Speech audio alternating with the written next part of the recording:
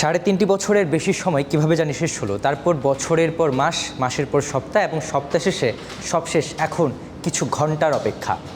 The greatest show on earth FIFA বিশ্বকাপ 2026 আজ রাতে 1টায় মেক্সিকোতে শুরু হবে আজ থেকে স্টেডিয়ামে।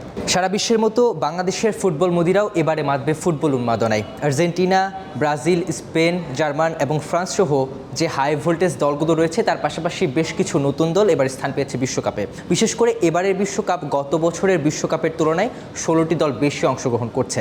অর্থাৎ এবারের বিশ্বকাপে প্রথমবারের মতো 48টি দল অংশগ্রহণ করছে।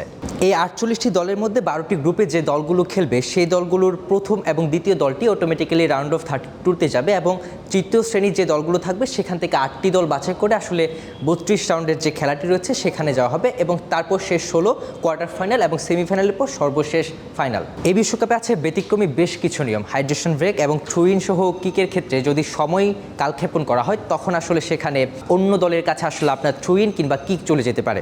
হাইড্রেশন ব্রেক হচ্ছে মূলত প্রত্যেকটি খেলার হাফের মধ্যে অর্ধেক একটা সময় জোরে 3 মিনিটের একটা সময়, সেই 3 মিনিটের সময়ের মধ্যে পানির একটি বিরতি রাখা হবে, যেখানে 3 মিনিটের মধ্যে বাধ্যবাধকতামূলক সেই পানির বিরতিটা খেলোয়াড়টা নেবে। যেহেতু যে দেশগুলোতে খেলা হচ্ছে সেটার ওয়েদার বিবেচনায় মূলত এই সিদ্ধান্ত রাখা হয়েছে। থ্রো-ইন এবং গোলকিকের ক্ষেত্রে 5 সেকেন্ডের বেশি সময় যদি নেওয়া হয় তখন সেই বল চলে যাবে প্রতিপক্ষের কাছে। অর্থাৎ থ্রো-ইন করার সময় আপনি যদি 5 সেকেন্ডের বেশি সময় নিয়ে ফেলেন তখন প্রতিপক্ষ সেই থ্রো-ইনটি পাবে এবং গোলকিকের ক্ষেত্রেও একই শর্ত আসলে প্রযোজ্য থাকবে।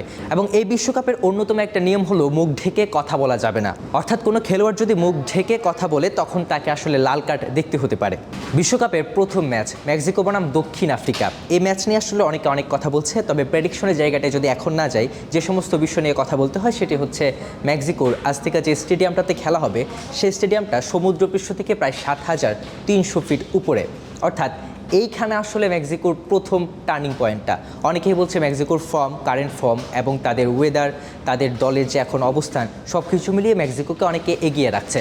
তবে বিশেষজ্ঞরা মেক্সিকোর জন্য প্রথম যে টার্নিং পয়েন্টটি মনে করছে সেটি হচ্ছে সমুদ্রপৃষ্ঠ থেকে প্রায় 7,300 ফুট উপরের একটি স্টেডিয়াম এবং সেখানকার হালকা বাতাস। এর কারণে আসলে মেক্সিকো সবচেয়ে বড় ফ্যাসিলিটিটা পেতে পারে।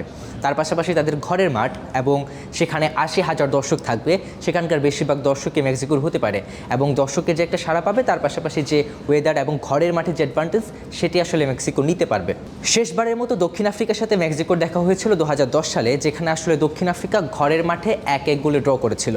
16 বছর পর আজ রাতে 1টায় আবারও মুখোমুখি হবে দক্ষিণ আফ্রিকা এবং মেক্সিকো। বিশ্বকাপের প্রথম ম্যাচটা কেমন হতে পারে, গোল কেমন হবে, কারা জিততে পারে সেটি জানিয়ে দিন আপনার মতামত কমেন্ট বক্সে।